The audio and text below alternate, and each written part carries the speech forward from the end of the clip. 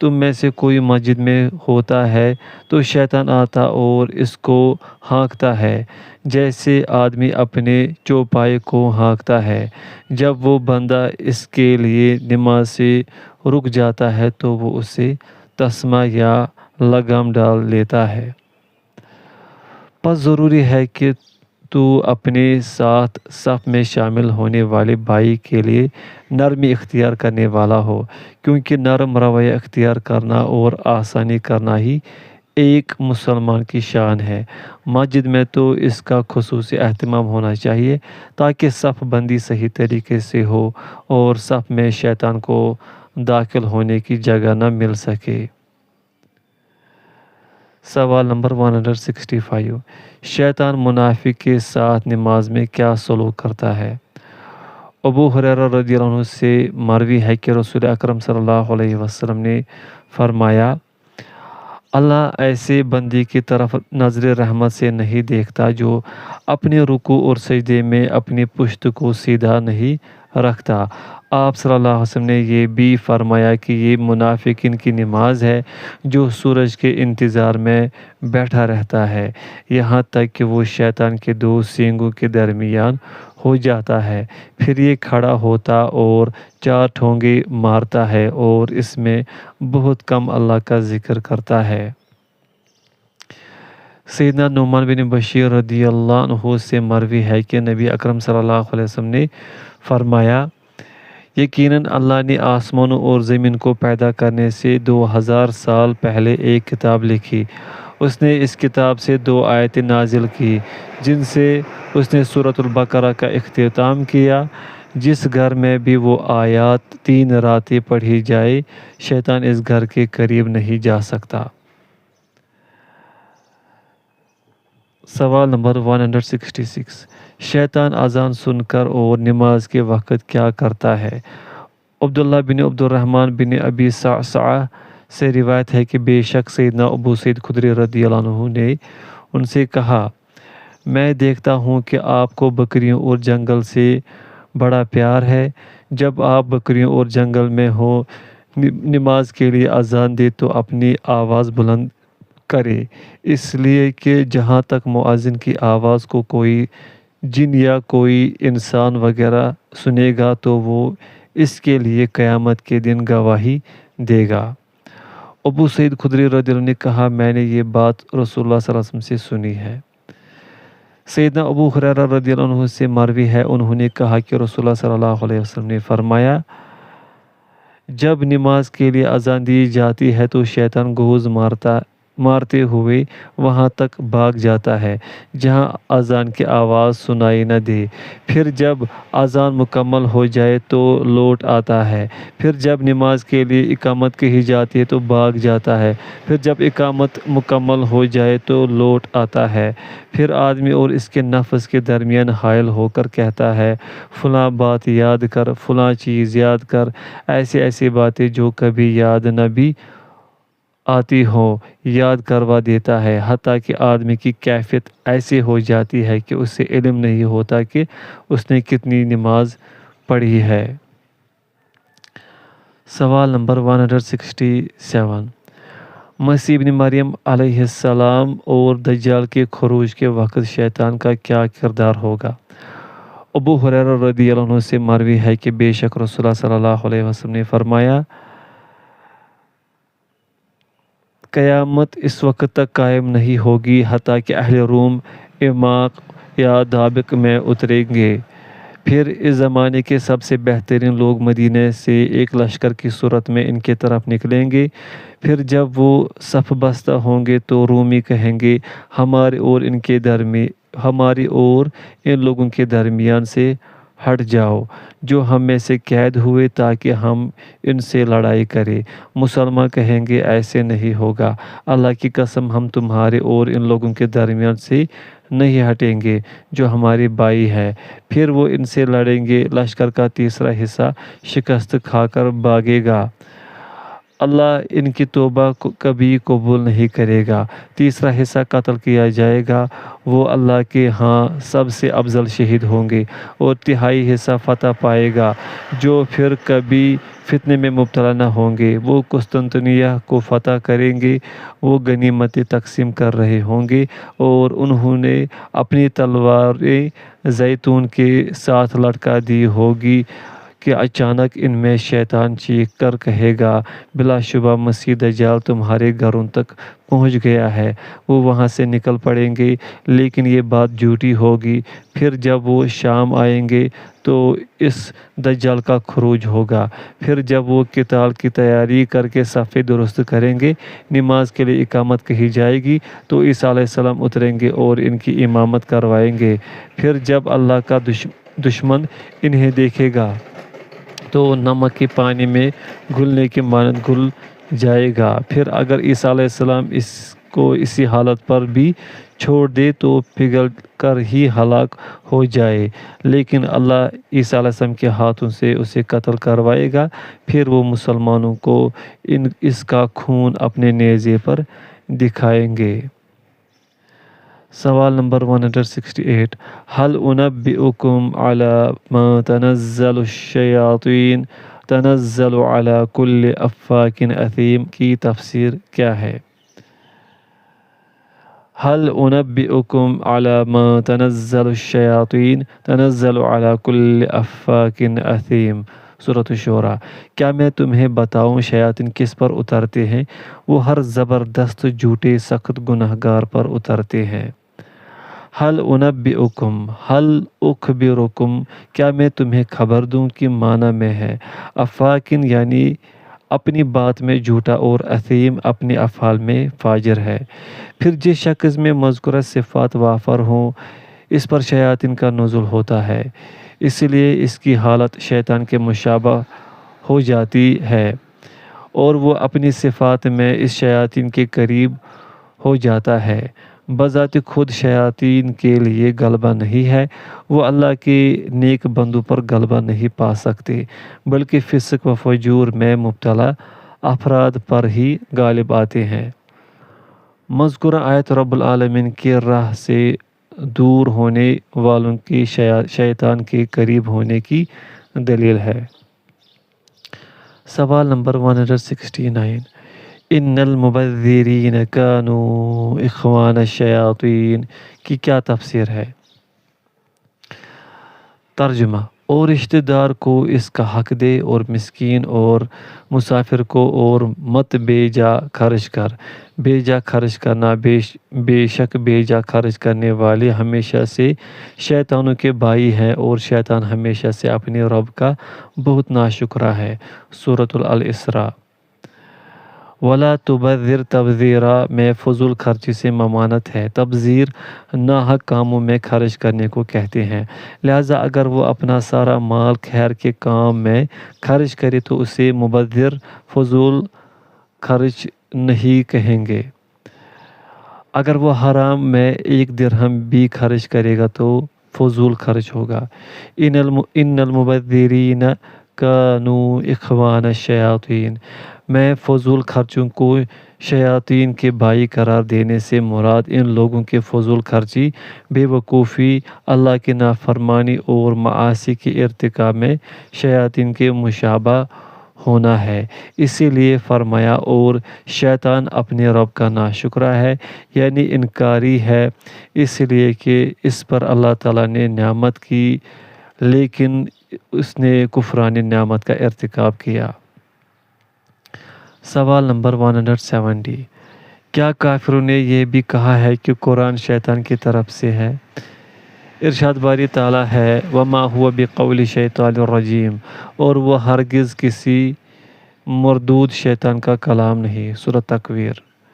یعنی یہ قرآن شیطان مردود کا کلام نہیں ہے، یعنی نہ تو وہ اس کا محتمل ہو سکتا ہے، نہ اس کا ارادہ رکھتا، اور نہ اس قابل ہے، جیسے اللہ نے فرمایا، اور اسے لے کر شیاطین نہیں اترے، اور نہ یہ ان کے لائق ہے، اور نہ وہ یہ کر سکتے ہیں، بلا شبہ وہ تو سننے ہی سے الگ کیے ہوئے ہیں۔ سورۃ الشعراء۔ سوال نمبر 171، کیا شیطان فطرت میں خرابی کا سبب بنتا ہے؟ ہاں، ایاز بن حمار المجاشعی سے مروی ہے کہ بلا شبہ رسول اللہ صلی اللہ علیہ وسلم نے ایک دن خطبہ دیا جس کا کچھ اقتباس مندرجہ ذیل ہے۔ خبردار، بلا شبہ مجھے میرے رب نے حکم دیا ہے کہ میں تمہیں وہ باتیں سکھاؤں جن سے تم ناواقف ہو، جو اللہ نے مجھے آج سکھائی ہے۔ وہ یہ ہے کہ ہر مال جو میں بندے کو عطا کروں وہ حلال ہے، اور بلا شبہ ان کے پاس شیطان آتے ہیں جو انہیں ان کے دین سے پھیرتے ہیں اور ان پر میری حلال کردہ چیزوں کو حرام کر دیتے ہیں، اور ان کو حکم دیتے ہیں کہ وہ میرے ساتھ اس کو شریک ٹھہرائے جس کی میں نے کوئی دلیل نازل نہیں کی۔ سوال نمبر 172، میں کیسے اپنے آپ کو شیطان سے محفوظ رکھ سکتا ہوں؟ اللہ کے ذکر سے سیدنا حارث اشعری رضی اللہ عنہ سے مروی ہے کہ بلا شبہ رسول اللہ صلی اللہ علیہ وسلم نے فرمایا، بلا شبہ اللہ نے یحییٰ بن زکریا علیہ السلام کو 5 کلمات سکھائے تاکہ وہ ان پر عمل کرے اور بنی اسرائیل کو اس پر عمل کرنے کا حکم دے۔ 5 میں سے ایک بات یہ تھی، اور میں تمہیں اللہ کا ذکر کرنے کا حکم دیتا ہوں۔ اس ذکر کی مثال اس آدمی جیسی ہے جس کے تعاقب میں دشمن بڑی تیزی سے نکلا، لیکن وہ ایک مضبوط قلعے میں آیا اور اپنی ذات کو ان سے محفوظ کر لیا۔ اسی طرح وہ بندہ اللہ کے ذکر کے علاوہ کسی کام کے ساتھ اپنے آپ کو شیطان سے نہیں بچا سکتا۔ ذکر الہی فوائد بہت زیادہ ہے۔ مثلاً پوائنٹ فرسٹ، ذکر شیطان کو دور کرنے کا ذریعہ ہے۔ پوائنٹ سیکنڈ، اس سے اللہ کی رضا حاصل ہوتی ہے۔ پوائنٹ تھرڈ، دل سے فکر و غم کو زائل کرتا اور اسے سرور اور چستی دلاتا ہے۔ پوائنٹ فورتھ، قلب و بدن کو تقویت پہنچاتا ہے۔ پوائنٹ ففتھ، چہرے کو منور کرتا ہے۔ پوائنٹ سکستھ، رزق کی کشادگی کا ذریعہ ہے۔